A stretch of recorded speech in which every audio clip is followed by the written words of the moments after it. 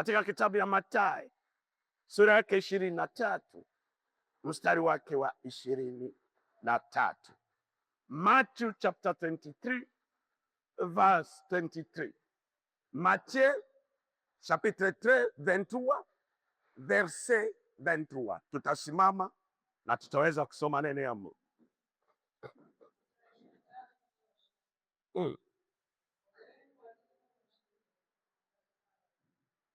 Ole wenu waandishi na Mafarisayo, ninyi ni manafiki, munalipa zaka ya mnanaa na ya jina ngumu. Mumeacha mambo ya muhimu sana katika sheria. Maana yake haki, huruma na uaminifu. Mulipasha kuanza na hii mambo tatu: haki, huruma na uaminifu, bila kupuuza fungu ya 10 na haya mambo mengine yote. Jina la Bwana libarikiwe. Utakati chini. Unisikilize. Ni Yesu iko nafundisha. Alikuja duniani kusudi kutuletea ufalme wa Mungu. Ufalme wa shetani ina vitu tatu: inaua, inaharibu, inaangamiza. Ufalme wa binadamu, kwa sababu mwanadamu wote ana makosoro, ufalme wa mwanadamu ina makasoro mingi, lakini ufalme peke yake inaokuwa na uzuri na baraka ni ufalme wa Kristo.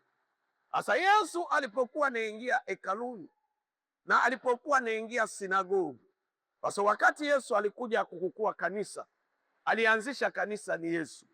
Lakini Yesu alipokuwa, kulikuwa sinagogi na kulikuwa hekalu. Hekalu ni mahali sanduku ya Bwana ilipatikana, iliitwa hekalu. Lakini taifa ya Israeli ilikuwa na sehemu mingi wanaabudu Mungu, lakini isingeweza kuitwa hekalu kwa sababu haina sanduku ya agano ya Mungu. We ni nyumba ya Mungu isiyokuwa na Mungu, haikuwa na sanduku ya agano, na ilikuwa inaitwa kwa jina yake sinagogi. Na neno sinagogi ni lugha ya Kiyunani, kwa Kiswahili maana yake msikiti. Ni nyumba ya Mungu isiyo na Mungu. Na baada ya Yesu kuingia sinagogi mingi, na baada ya Yesu kuingia hekalu mingi, Yesu akakuja kugundua kwa hekalu na sinagogi kwa wakati huu watu walikuwa napambana kwa ajili ya kutimiza sheria fulani. Na sheria yenyewe Waisraeli walikuwa napambana wote, Mafarisayo, Masadukayo, wote walikuwa nalipa fungo ya 10. Hakuna yule alikuwa anakosa kulipa fungo. Kulipa fungo ya 10 si mbaya, ni mzuri, kwa sababu ina maana mbili. Ninapolipa fungo ya 10 zaka, niko nataka kumwambia Mungu tu kwamba natambua hii pesa, hii kazi nimeipata kwa sababu wewe ndio umefanya nini? Umeniwezesha. Unaweza ukatumie nguvu mingi, unaweza kupambana, lakini kama Mungu hakukufungulia milango, hauwezi kupata kazi. Kama Mungu hakukufungulia milango, hauwezi kupata pesa. Sasa ninapopata pesa, najua Mungu ndio ananiwezesha, na mimi nalipa fungu ya 10. Na Waisraeli walipokuwa nalipa fungu ya 10, walikuwa wanajua Mungu ndio amewezesha. Lakini namba 2, walitarajia Mungu awafungulie milango ya nini? Ya baraka. Haikuwa zana. Walitaka wafanikiwe kimwili. Lakini tatizo ilikuwa wapi? Wanajishughulisha tu na mambo ya kikawaida ya kimwili, wafanikiwe kimwili, lakini wanashindwa kujishughulisha na mambo ya kiroho. Anaambia, mbona mnalipa fungu ya 10? Si makosa kulipa fungu ya 10. Mbona mnatoa sadaka? Si makosa kutoa sadaka. Mbona mnavunja madhabahu? Si makosa kuvunja madhabahu. Lakini tuna vile maisha ya mtu ni mbili. Tuna maisha ya kimwili na tuna maisha ya kiroho. Ninapotoa sadaka, ninapolipa fungu ya 10, ninapovunja madhabahu, hainipeleke mbinguni, lakini inasaidia maisha yangu hapa duniani kiuchumi, niwe na maisha mzuri. Sasa hao walikuwa na waliendelea kiuchumi, lakini akawalaumu akasema, munalipa fungu ya 10 lakini munaacha vitu ya muhimu. Ya muhimu kwa nini? Nini ya muhimu kushinda kulipa fungu ya 10? Kwa sababu hata tulipe fungu ya 10, tubarikiwe, tujenge, hata Dar es Salaam yote ikuwe yako, upendo sipende, utakufa, utaiacha. Najua Yesu anasema itatufaidi nini tupate kila kitu hapa duniani, lakini siku ya mwisho roho yetu ipate kuangamia. Kwa hiyo Waisraeli walikuwa nataka kupata vitu ya dunia yote, magari, manyumba. Haiko mubaya, ni mzuri, kwa sababu Mungu ametutengea maisha mbili. Lakini tunapokuja kwa maneno ya Mungu, tunahitaji kubalance, kuhakikisha maisha yote mbili tunayashughulikia, maisha ya kimwili na maisha ya kiroho.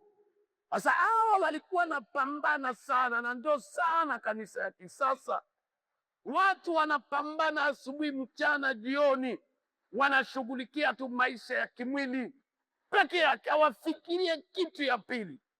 Yesu akasema, mbona mnalipa zaka, mnatoa fungu ya 10, mnavunja madhabahu, mnatoa malimbuko, mnalipa shukrani, lakini mnaacha vitu iliyo ya muhimu sana?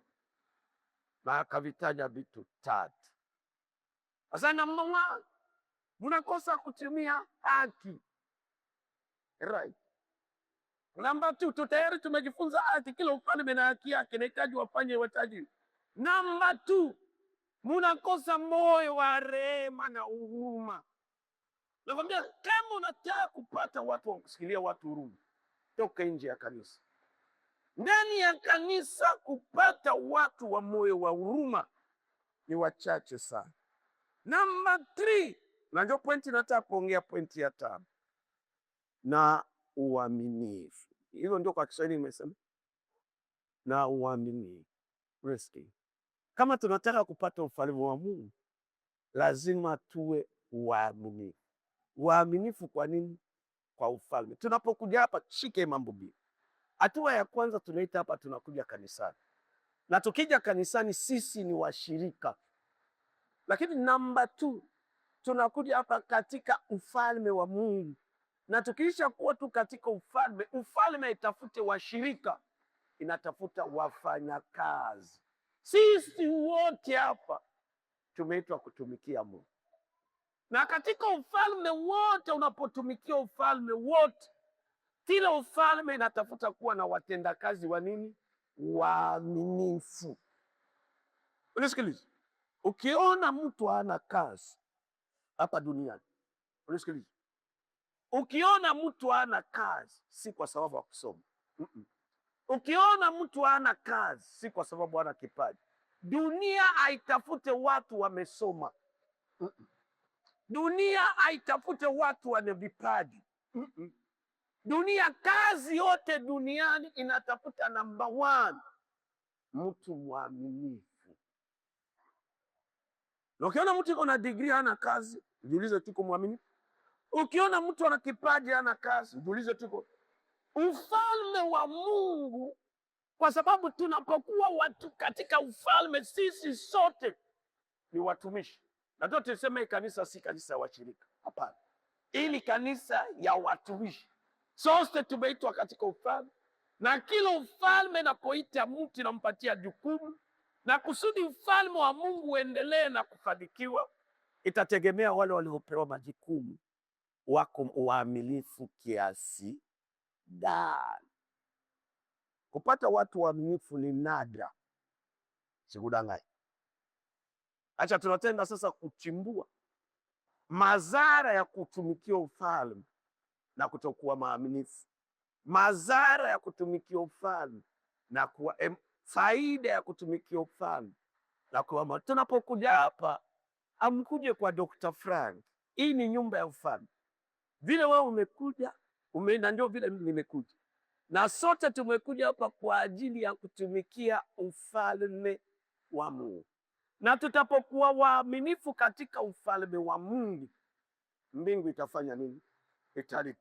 Serikali yote ukiitumikia wakiona uko mwaminifu, si wewe unasemaka, serikali ndio inakupa promotion, serikali ndio inakupa gari, serikali ndio inakupa nyumba. Serikali hata shirika wakiona uko mwaminifu, wakiona shirika ikiona tu uko mwaminifu, serikali ikiona uko mwaminifu, si wewe utaomba, si wewe utaitisha, hiyo serikali yenyewe itaona hapana, huyu ni mtumishi mwaminifu, anafaa kuwa na hii. Huyu ni mtumishi mwaminifu, anafaa kuwa na hii. Huyu ni mwaminifu mwaminifu. Serikali yote, iwe ya Mungu, iwe ya shetani, iwe ya kibinadamu, inatafuta watu waaminifu. Na bila kuwa mwaminifu, hawezi kuget vitu ya ufalme wa Mungu. It is impossible. Soma andiko, hiyo andiko tutambue, na ndio tutatoka na hiyo andiko tutasimamia leo hapa. Na Jumatano tunaanza semina yetu nzuri, jinsi ya kusikia sauti ya Mungu. Mungu anaongea kwa njia 14, njia 7 rahisi na njia 7 ngumu. Hatukuje kanisani kujua vitu tulikuwa najua. Hatukuje kanisani kusikia mambo tulikuwa nasikia. Tunakuja kanisani kusikia vitu hatujawahi kusikia. Andiko yetu ya pili, Luka sura yake ya 19. Mstari wake wa 11. Nafikiri utasimamia 18, lakini hiyo story inaenda mpaka 27. Luka 19, tutasimama mstari wake wa 11, tutasimamia mpaka 18 au 19. Mstari wa 11 mpaka wa 18. Walipokuwa wanasikiliza haya, Yesu akaendelea kuwaambia mfano, kwa sababu alikuwa anakaribia Yerusalemu, na watu walikuwa wakidhani ya kuwa ufalme wa Mungu ulikuwa unakuja saa hiyo. Hivyo akawaambia, mtu mmoja mwenye cheo kikubwa alisafiri kwenda nchi ya mbali, ili akapokee madaraka ya kuwa mfalme, kisha arudi. Hivyo akawaita 10 miongoni mwa watumishi wake, na akawapa kila mmoja fungu la fedha. Akawaambia, fanyeni biashara na fedha hizi hadi nitakaporudi. Lakini raia wa nchi yake walimchukia, wakapeleka ujumbe na kusema, hatutaki huyu mtu awe mfalme wetu. Hata hivyo alirudi akiwa amekwisha kupokea mamlaka ya ufalme. Akawaita wale watumishi wake aliokuwa amewaachia fedha, ili afahamu ni faida kiasi gani na kila mmoja wao aliyopata kwa kufanya biashara.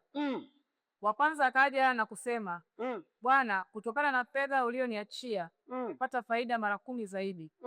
Yule bwana akamjibu, umefanya vizuri mtumishi mwema, kwa sababu umekuwa mwaminifu. Amekuwa mwaminifu katika wajibu mdogo sana, nakupa mamlaka juu ya mji 10. Wa pili naye akaja akasema, Bwana, fedha yako imeleta faida mara 5 zaidi juu ya miji 5. Unaweza endelea kidogo tu tusikie story yote. Kisha akaja yule mtumishi mwingine akasema, Bwana, hii hapa fedha yako. Niliitunza vizuri kwenye kitambaa. Nilikuogopa kwa sababu wewe ni mtu mgumu. Wewe ni mtu mgumu, kuwa ambako hukuweka na kuvuna ambako hukupanda. Bwana wake akamjibu, nitakuhukumu kwa maneno yako mwenyewe, wewe mtumishi mwovu.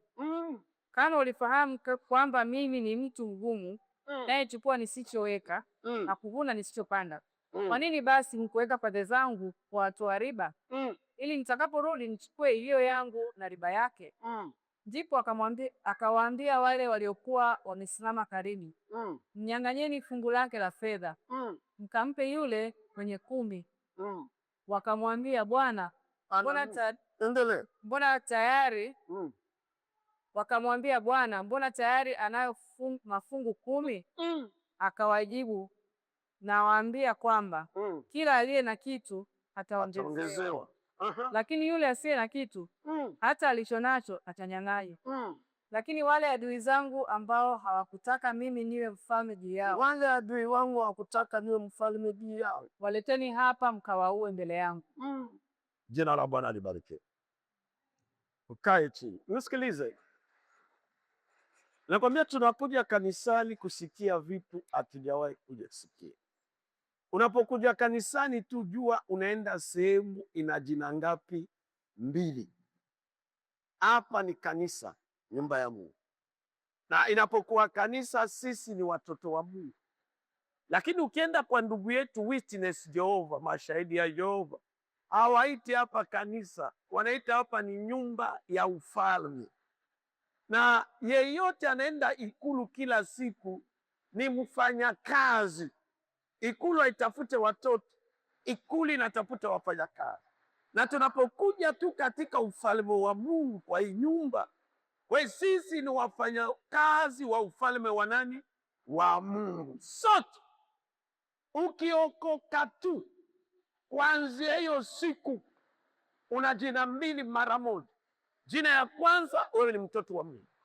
Lakini jina ya pili, wewe ni mtumishi wa ufalme ya Mungu. Na kama unataka ufalme kushughulikia na upate vitu vya ufalme, itategemea kiasi gani uaminifu wako utakuwa kwa ule ufalme. Lakini kwa bahati mbaya, mara mingi shetani anafanya nini? Watu wanapokuja kanisani katika ufalme, wanafikiri wanatumikia mchungaji. Na hiyo ndio pepo ya kwanza kubwa kupita pepo yote. Na mchungaji, na mwinjilisti, na mtume, na nabii, sote tunatumikia nini? Ufalme. Angalia, nilikuwa natumikia ufalme Kenya. Kanisa pop inasimama. Siko kule, wanaendelea. Nilikuwa natumikia ufalme Arusha. Siko kule, wanaendelea. Nilikuwa natumikia ufalme South Africa. Leo siko kule, wanaendelea. Hii sote hapa tunaitwa kutumikia ufalme.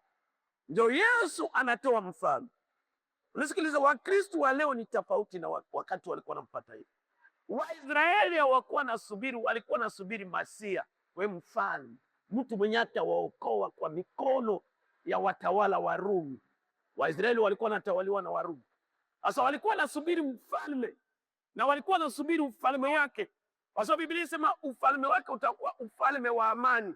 Hakutakuwa njaa, hakutakuwa magonjwa, hakutakuwa mateso. Na Yesu alipojitokeza, wakaanza kuona kweli ana hiyo, na akaanza watu chakula, ni uponyaji, wakaona sasa ni yeye. Sasa walipokuwa napanda Yerusalemu, ndio mahali maandiko tunasoma. Biblia inasema wanafunzi wake wakafikiri Yesu anaenda kushimika nini? Ufalme wake kando ya kanisa. Hii ni mambo ya kingdom of God. Na ufalme wote usiotumikia, usitarajie utapata kitu kwa hiyo ufalme. Na ufalme wote utupiganisha, usitarajie huyu ufalme utakushughulikia kwa kitu chochote. Biblia inasema sasa, Biblia inasema wanafunzi wa Yesu walikuwa nafikiri Yesu anaenda kushimika ufalme wake. Na kwa sababu walikuwa pamoja tayari, kila mtu alikuwa amejiseti. Yuda Iskariote akajua, mnajua mimi ndo nashikaka pesa. Kwa hiyo Yuda alikuwa anambia mimi ndo nitakuwa waziri wa fedha. Petro anasema mnajua mimi ndo kisha yeye ni yeye. Mimi nitakuwa makamu wa rais. Kila mtu tayari alikuwa, hawakuwa nampata sana kiroho. Walikuwa nampata kimwili kwamba na pia kushimika nini? Ufalme. Na ukipata ufalme, unapata vitu vyote vya ufalme. Lakini Yesu akajua muda wake bado haikuwa yatimia kwa yeye kushimika ufalme. Yesu atakuja duniani na atashimika ufalme wake duniani, na super power itakuwa Israeli, na Yesu atakuwa mfalme wa wafalme. Na ndio naombaka kama itawezekana hiyo serikali wanifanye waziri wa elimu. Kwa sababu sikupata nafasi kwa serikali ya Kisekedi, sikupata nafasi kwa serikali ya Samia, sikupata nafasi ya serikali ya Uhuru na Ruto. Kama nitapata nafasi ni waziri, kwa sababu serikali hizi sasa tunazipepea, tunazichapia makofi. Sitaki serikali ya Yesu niipepee na kuchapia makofi. Nataka niwe mmoja wanaopatikana katika ufalme. Na Yesu alipojua wanafunzi wake wanafikiria, akatoa mfano. Nakwambia mafundisho ya Yesu kubwa, alikuwa anafundisha kwa mifumo 3. Lakini mfumo kubwa kupita mfumo yote, alikuwa anafundisha kwa mafumbo. 50% ya mafundisho ya Yesu ilikuwa parable, mafumbo. lakini mafumbo ya Yesu ilikuwa ni vitu vinawezekana. Yesu akasema kulikuwa bosi fulani. Boss, nilishakwambia ukisikia mtu boss, sifa ya boss si kuwa na gari. Sifa ya boss si kuwa na akaunti ya pesa na una dola 500,000. Sifa ya boss ni kuajiri watu. Kulikuwa na boss fulani, tajiri fulani, na huyu tajiri akurizika na utajiri wake. Unajua kuna matajiri wanarizika na utajiri wao. Kama katika taifa ya Tanzania kulikuwa mtu alikuwa tajiri amefariki, na huyu mtu alirizika na utajiri wake. Mtu kwa jina yake Reginald Mengi, alikuwa ITV ni yake, ITV ni yake, ana mali mingi, alirizika na utajiri wake. Lakini kuna matajiri hawarizike na utajiri wao. Kama Kenya kulikuwa mtu yuko tajiri, Uhuru Kenyatta, akurizika na utajiri wake, lakini alitaka kuwa rais wa Kenya.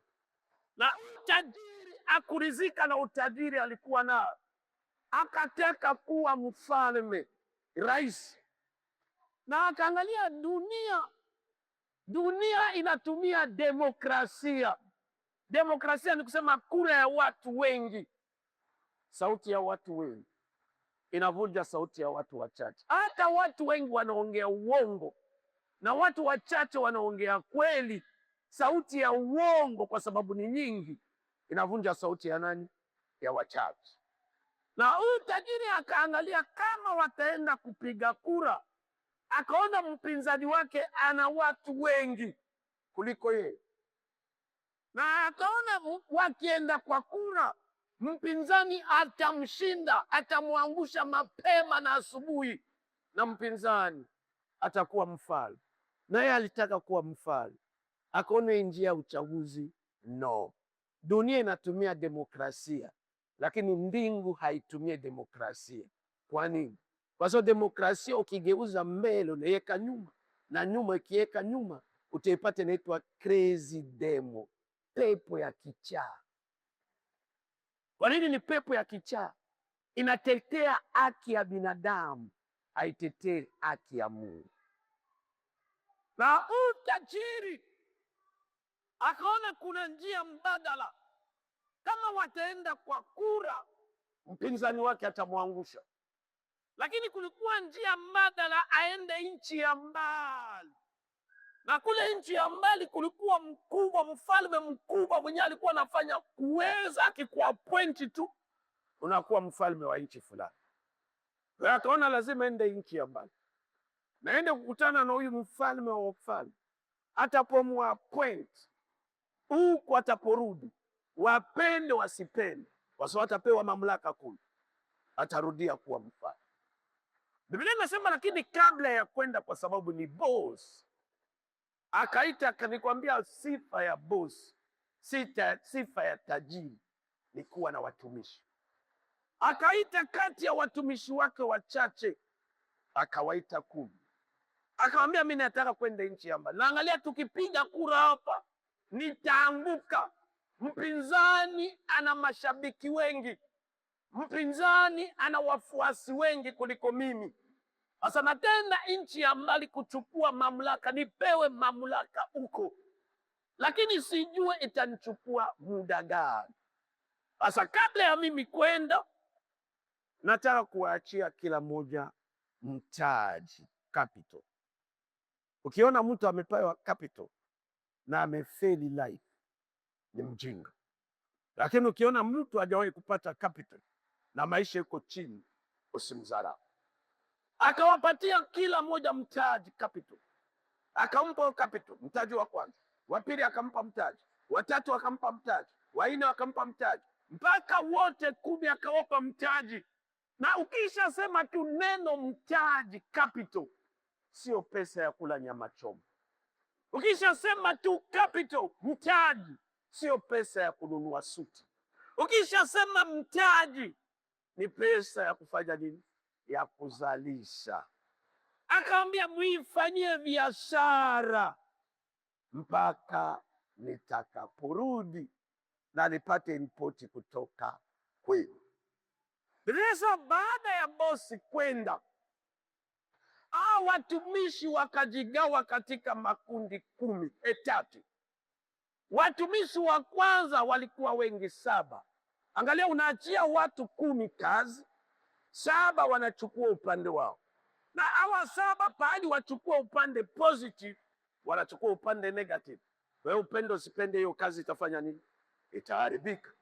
Unaajiri watu 10, unawapa watu 10 kazi, watu 7 kisha we kutoka wanakubaliana, wanasema huyu boss hatutaki atutawali. Number 1. Number 2, hatutamtumikia. Number 3, tutakula mtaji aliyotupatia na hatutaki akuwe mfalme wetu. Kwa hiyo huyu boss alipata hasara kubwa, kwamba anaachia watu 10 capital mtaji, lakini watu 7 kati ya 10 wanageuka kuwa adui, enemy. Biblia inasema wa pili akasema, alikuwa peke yake, akasema hela ya huyu mtu sitakula. Lakini huyu mtu ni mtu mbaya, kwa sababu anavuna mali apande. Biblia inasema akachukua pesa yake. Nafikiri hapa ndio wahubiri wa leso walitokea hapa, handkerchief. Akanunua leso, akachukua hela ya huyu mtu akaiweka kwa leso, akaenda kuchimba shimo, akaizika, akaifunika, na akasema haijalishi kama atafanya miaka 5, haijalishi kama atafanya miaka 10, siku atarudia atakuta hela yake pale, sikukula chochote, kwa sababu ni mtu mbaya. Na ni watumishi 2 peke yake. Angalia, ufalme na watu 10, watumishi 10, lakini katika hiyo watumishi 10 wa hiyo ufalme ni watumishi 2. Mmoja alipewa talanta 1 akaigeuza 5, na wa pili alipewa talanta 1 akaigeuza 10. Na Biblia inasema siku bosi alirudia akawaita watumishi, na wenyewe walikuja ni watumishi 3 peke yake. Walikuja kwa sababu hawataki watawala, amekula hela yao, wamekula mtaji wao. Wa kwanza alipokuja akamwambia, bosi, uliniachia talanta 1, nimezalisha ngapi? 5. Biblia inasema akamwambia, mtumishi bora, umekuwa mwaminifu. Nakwambia, iwe serikali ya mbinguni, iwe serikali ya shetani, iwe serikali ya duniani, inatafuta watu waaminifu. Upate watu waaminifu ni nadra sana. Sasa kama tunataka kupata ufalme wa Mungu, lazima tuwe watu waaminifu. Angalia, walikuwa nafanya kazi ya bosi, haiko. Unajua, unapotumika kazi ya mtu haiko, na ukiwa mwaminifu kweli uko mwaminifu. So unapotumika kazi ya mtu iko, unaweza kuifanya na uaminifu kwa sababu ipo. Lakini huyu mtu wa kwanza alikuwa anafanya kazi ya bosi asubuhi, mchana, jioni, usiku, na uaminifu pasipo bosi kuwepo. Ambia uko mtumishi bora sana, kwa sababu ulikuwa mwaminifu kwa vitu vidogo, nitakufanya mwaminifu kwa miji 5. Wa pili akaja akamwambia, bosi, uliniachia talanta 1 na nimeigeuza, nimeifanya kuwa talanta kubwa. Akasema, wewe pia ni mtumishi bora, mtumishi mwaminifu, na kwa sababu ulikuwa mwaminifu kwa mambo madogo, na kupatia utawale miji 10. Mwisho akasema, mniletee. Watatu akaja, ule wa kitambaa, akamwambia, bosi, nilijua wewe ni mtu mbaya, unavuna mahali upanda.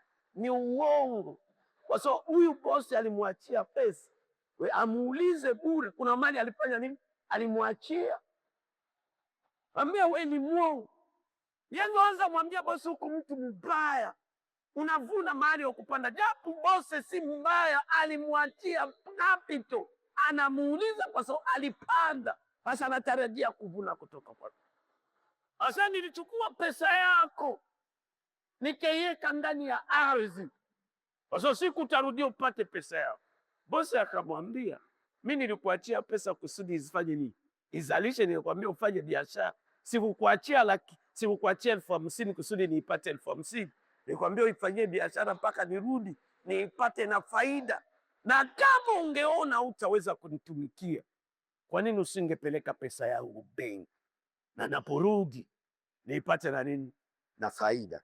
Kaambia, wewe mtumishi mbaya, ninakuhukumu kutokana na maneno yako. Wale 7 wa kuleta ripoti, mwisho Yesu akasema, mchukue wale maadui. Angalia, wakati mwanzo ya mfano, watu walikuwa marafiki yake, walikuwa wafanyakazi wake, lakini mwisho ya mfano, kwa sababu walikataa kumtumikia, walipinga kile kitu, wakageuka kuwa enemy. Leteni hawa maadui zangu zote. Kwa nini maadui? Kwa sababu wanasababisha ufalme wake usifanye nini? Usipanuke. Wanasababisha ufalme wake usifanye nini? Usiende mahali popote. Kasema muwachome, muwapige. Na mwisho Yesu anasema, na mwenye kuwa na masikio ya kusikia asikie. Tuko nyakati ya mwisho. Hatuhitaji kujua maneno ya Mungu kimifano, tunahitaji kuijua waziwazi. Katika mfano hii tuna boss mwenye anapenda kuwa na title mbili, cheo mbili. Title ya kwanza, yeye ni boss, ni tajiri.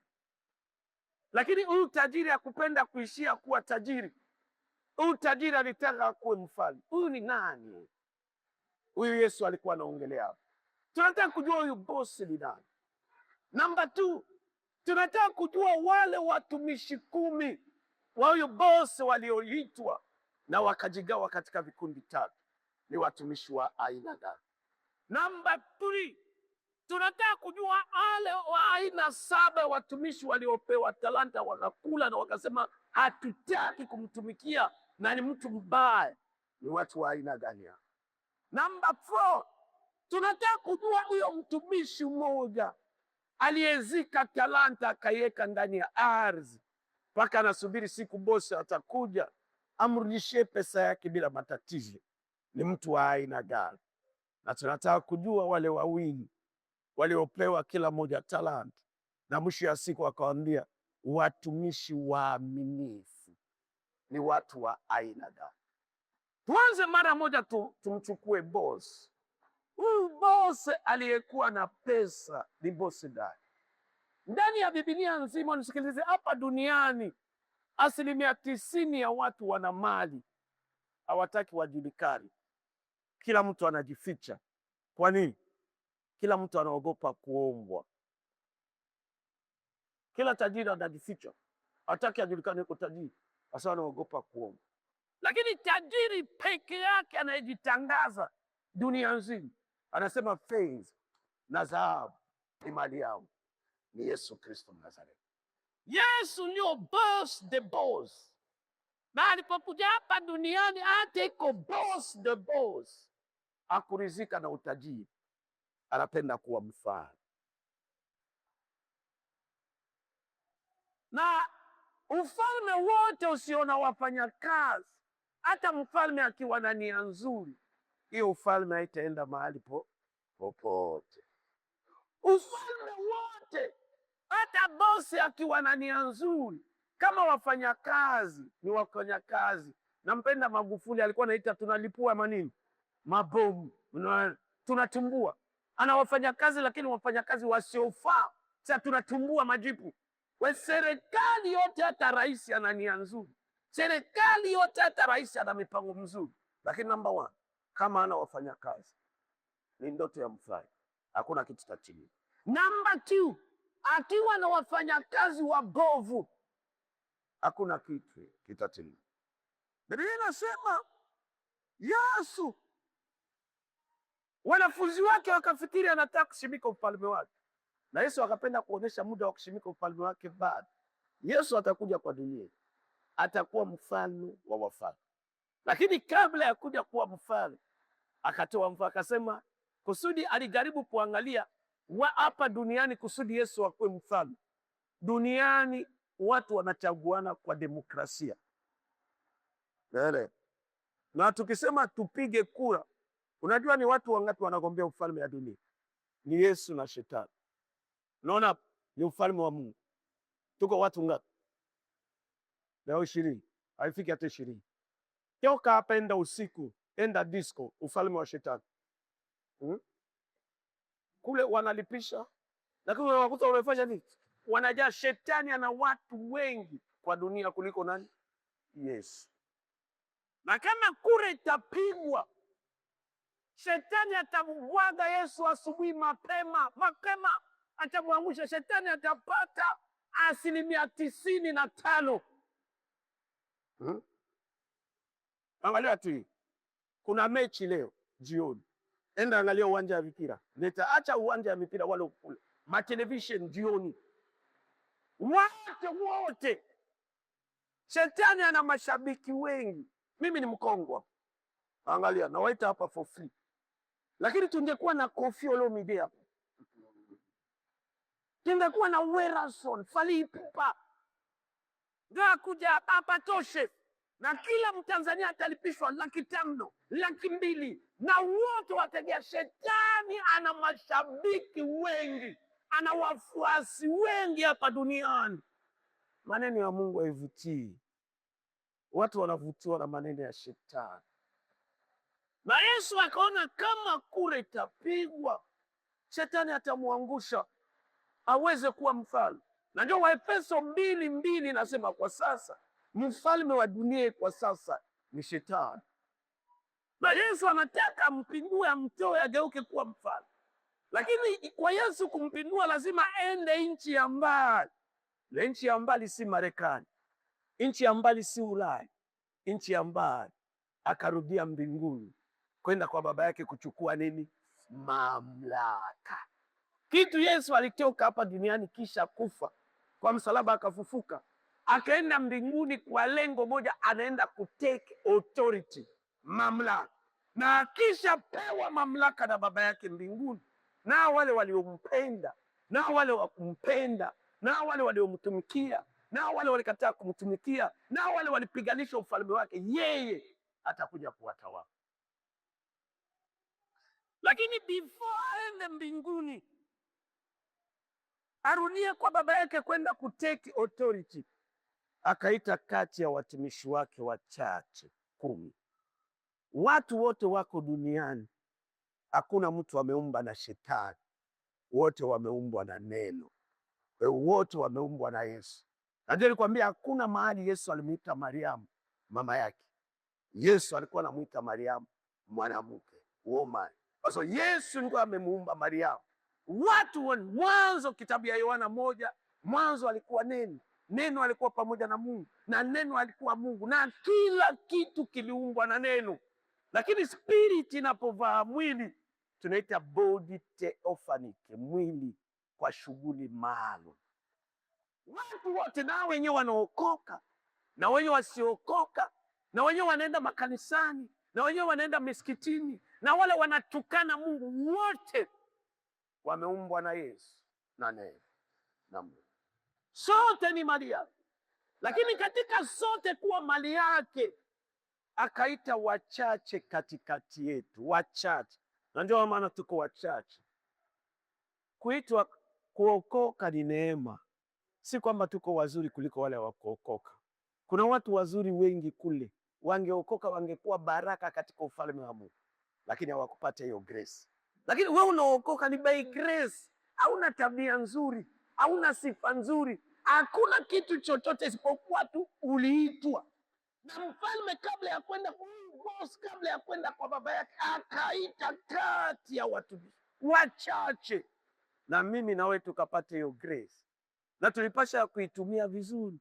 Kwa sababu kuna, angalia Osama, kama alikuwa anajilipua na silaha, angeitwa kwa ufalme wa Mungu, angejilipua kiroho. Lakini akupata hiyo grace. Mbingu inapokuita ni grace. Kuna watu wengi wanataka waokolewe, kuna watu wengi wanataka waokoke, kuna watu wengi wanataka wakombolewe, lakini imeshindikana. Mobutu alitafuta dakika yote ya mwisho okoke, lakini kwa sababu ni mtu alikuwa amejiuza tayari kwa prima kuria, ilishindikana. Na kama sisi tumeokolewa, tumeokolewa kwa neema. Na mtu akiita mtu, ana sababu anamuitia.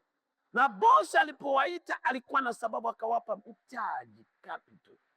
Na unapokuwa njia, mbingu inatumia kukuita. Na Mungu akisha kuita kwa ufalme wake, anakuita kusudi akupatie majukumu. Akapatia mtaji, kila mmoja akapatia mtaji, capital. Na mtaji huyo anaitwa mwinjilisti, mtaji huyo anaitwa mchungaji, mtaji huyo anaitwa mwimbaji, mtaji huyo anaitwa. Mnapewa kila moja, mshirika wote ana kipaji, talent. Na sote baada ya kupewa, angalia, hauwezi kupata vitu vya ufalme usiotumikia. It is impossible. Zero. Mbingu ilipotuita, na ilipotuita, kila mmoja kati yetu akapewa mtaji, akapewa responsibility. Na baada ya kupewa majukumu, sisi wa Kristo tukajigawa kwa vikundi ngapi? 3. Kikundi ya kwanza, na ni wachache sana, 2 wakakubali kufanya hiyo kazi pasipo bosi, kuwa kwa uaminifu. Na Yesu yuko mbinguni, anatuwatch, anaangalia. Dr. Frank nilimuita, nikampatia majukumu fulani, anaitumika kwa namna gani? Anaangalia. Pastor Clear nilimuita, hiyo majukumu akiwa duniani anaifanya kwa njia gani? Kila moja. Unajua tunaweza kufanya mambo mengine huko, unaona sema pastor ajui, mama wa kiongozi ajui, lakini atutumikie pastor, atutumikie na pastor, na wewe. Yesu, sote tunamtumikia nani? Mfalme wa wafalme. Pastor aite mtu, ni Yesu anaita mtu. Sasa unaweza kuifanya in secret, lakini yanaiona, anaijua, anaitambua na anaielewa vizuri.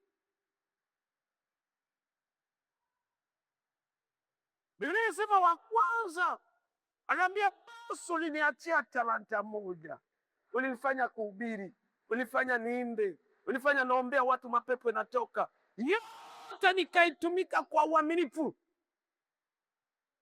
Anaambia mtumishi bora. Ubora wa mtumishi ulitokana nini?